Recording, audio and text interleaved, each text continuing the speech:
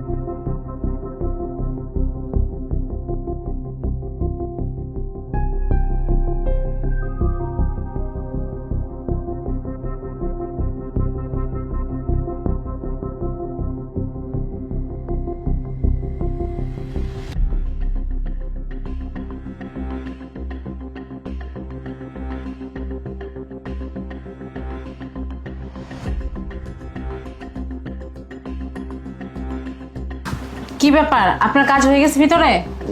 জি madam, আমার কাজ ভিতরে হয়ে গেছে। আচ্ছা, তাহলে আপনি এখন যান।